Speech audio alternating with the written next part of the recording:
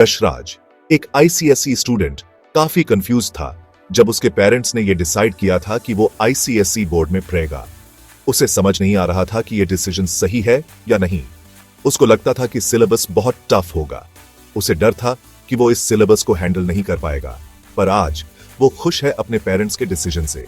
उसने धीरे धीरे समझा कि यह सिलेबस उसे चैलेंज करता है और उसे बेहतर बनाता है, क्योंकि आईसीएसई ने उसको सिर्फ बुकिश नॉलेज नहीं दिया बल्कि प्रैक्टिकल स्किल्स भी सिखाई हैं जो लाइफ में काम आती है, जैसे कि कंप्यूटर प्रोग्रामिंग और साइंस एक्सपेरिमेंट्स। इन प्रैक्टिकल स्किल्स ने उसकी सोच को और भी ब्रॉडन किया है। अब यशराज कॉन्फिडेंट है और अपने फ्यूचर के लिए रेडी है। उसे लगता है कि आईसीएसई ने उसे एक स्ट्रॉन्ग फाउंडेशन दी है। तो चलो देखते हैं कि आईसीएसई कैसे सीबीएसई से डिफरेंट है। सबसे पहले बात करते हैं सब्जेक्ट्स की।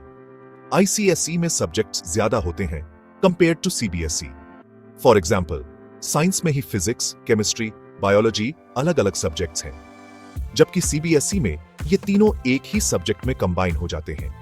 अब ये ज्यादा सब्जेक्ट्स होने के फायदे और नुकसान दोनों हैं। फायदा ये है कि तुम्हें हर सब्जेक्ट की डिटेल में नॉलेज मिलती है।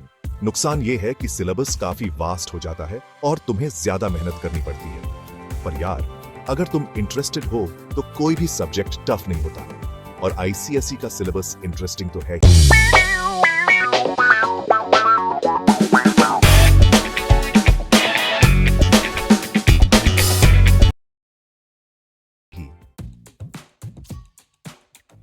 आईसीएसई की बेस्ट बात है उसका प्रैक्टिकल अप्रोच। यहां पर थ्योरी और प्रैक्टिकल का परफेक्ट बैलेंस है। यहां तुम सिर्फ बुक्स में नहीं घुसे रहते, बल्कि चीजों को प्रैक्टिकली करके देखते हो।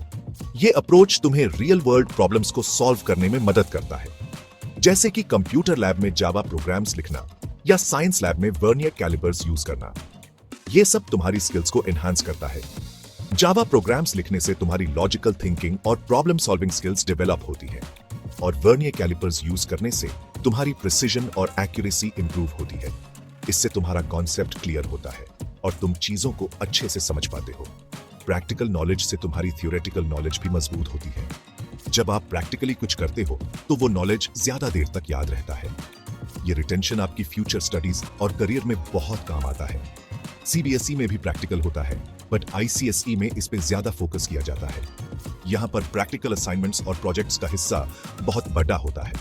टीचर्स भी प्रैक्टिकल सेशंस में एक्टिवली पार्टिसिपेट करते हैं, जिससे स्टूडेंट्स को हैंड्स ऑन गाइडेंस मिलती है, और ये बात आईसीएसई को स्पेशल बनाती है। यहाँ पर प्रेजेंटेशंस और प्रैक्टिकल प्रोजेक्ट से स्टूडेंट्स की कॉन्फिडेंस और कम्युनिकेशन स्किल्स भी इंप्रूव होती है। आईसीएसई का प्रैक्टिकल अप्रोच मुझे बहुत पसंद आया। ये मुझे थियोरेटिकल नॉलेज के साथ साथ प्रैक्टिकल स्किल्स भी देता है। ये मुझे सिर्फ थ्योरी ही नहीं बल्कि रियल वर्ल्ड एप्लीकेशंस भी सिखाता है। इससे मुझे हर कॉन्सेप्ट की डीपर अंडरस्टैंडिंग मिलती है। प्रैक्टिकल सेशंस में इंस्ट्रूमेंट्स यूज करने से मेरी टेक्निकल स्किल्स भी इंप्रूव हुई है। इससे मेरी अंडरस्टैंडिंग और भी गहरी हो गई है। आईसीएसई का प्रैक्टिकल अप्रोच मुझे हर सब्जेक्ट में कॉन्फिडेंट बनाता है। सेक्शन 4, कंपटीशन का मैदान। यशराज एस यशराज। आईसीएसई में नेशनल लेवल के बहुत सारे कॉम्पिटिशन्स होते हैं जहां तुम अपना टैलेंट दिखा सकते हो। ये कॉम्पिटिशन सिर्फ एकेडमिक ही नहीं होते, बल्कि स्पोर्ट्स, आर्ट्स और कल्चरल एक्टिविटीज में भी होते हैं। ये कॉम्पिटिशन्स तुम्हें ऑल इंडिया लेवल पे एक्सपोजर देते हैं और तुम्हें पता चलता है कि तुम्हारा लेवल क्या है। तुम दूसरे टैलेंटेड स्टूडेंट्स से मिलते हो और उनसे बहुत कुछ सीखते हो। यशराज ने भी एक नेशनल लेवल साइंस एग्जीबिशन में पार्टिसिपेट किया था और उसने प्राइज भी जीता था। ये उसके लिए एक बहुत बीडीडी अचीवमेंट थी।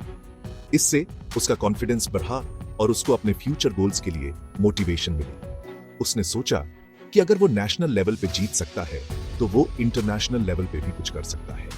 सीबीएसई में भी कॉम्पिटिशन्स होते हैं, बट आईसीएसई में इनकी वैरायटी और लेवल थोड़ा ज्यादा होता है। आईसीएसई के कॉम्पिटिशन्स में पार्टिसिपेशन से तुम्हें एक अलग ही पहचान मिलती है।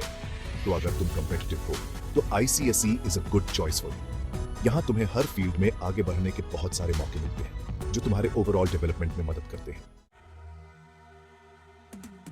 सेक्शन 5, एक्स्ट्रा करिकुलर भी है जरूरी। यशराज एस यशराज। पढ़ाई के साथ साथ एक्स्ट्रा करिकुलर एक्टिविटीज भी बहुत इंपॉर्टेंट है, और आईसीएसई स्कूल्स इस बात को समझते हैं। यहाँ तुम्हें स्पोर्ट्स, म्यूजिक, डांस, ड्रामा जैसी कई सारी एक्टिविटीज में पार्टिसिपेट करने का मौका मिलता है। यशराज को तो म्यूजिक का बहुत शौक है और वो अपने स्कूल बैंड का मेंबर भी है। एक्स्ट्रा करिकुलर एक्टिविटीज से तुम्हारा ओवरऑल डेवलपमेंट होता है और तुम्हारी पर्सनैलिटी भी निखर कर आती है। सीबीएसई स्कूल्स में भी एक्स्ट्रा करिकुलर एक्टिविटीज होती है, बट आईसीएसई स्कूल्स में इन्हें थोड़ा ज्यादा इंपॉर्टेंस दिया जाता है। सेक्शन 6 आईसीएसई 10वीं तक best. Yashraj S Yashraj. Overall अगर तुम मुझसे पूछोगे तो मैं कहूंगा कि 10वीं तक आईसीएसई बोर्ड बेस्ट है। सिलेबस टफ है बट रिवॉर्डिंग भी है। तुम्हें बहुत कुछ सीखने को मिलता है और तुम्हारी पर्सनालिटी भी डेवलप होती है।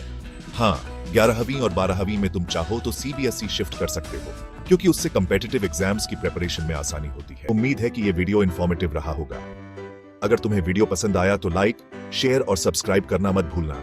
मिलते हैं नेक्स्ट वीडियो में, तब तक के लिए बाय बाय।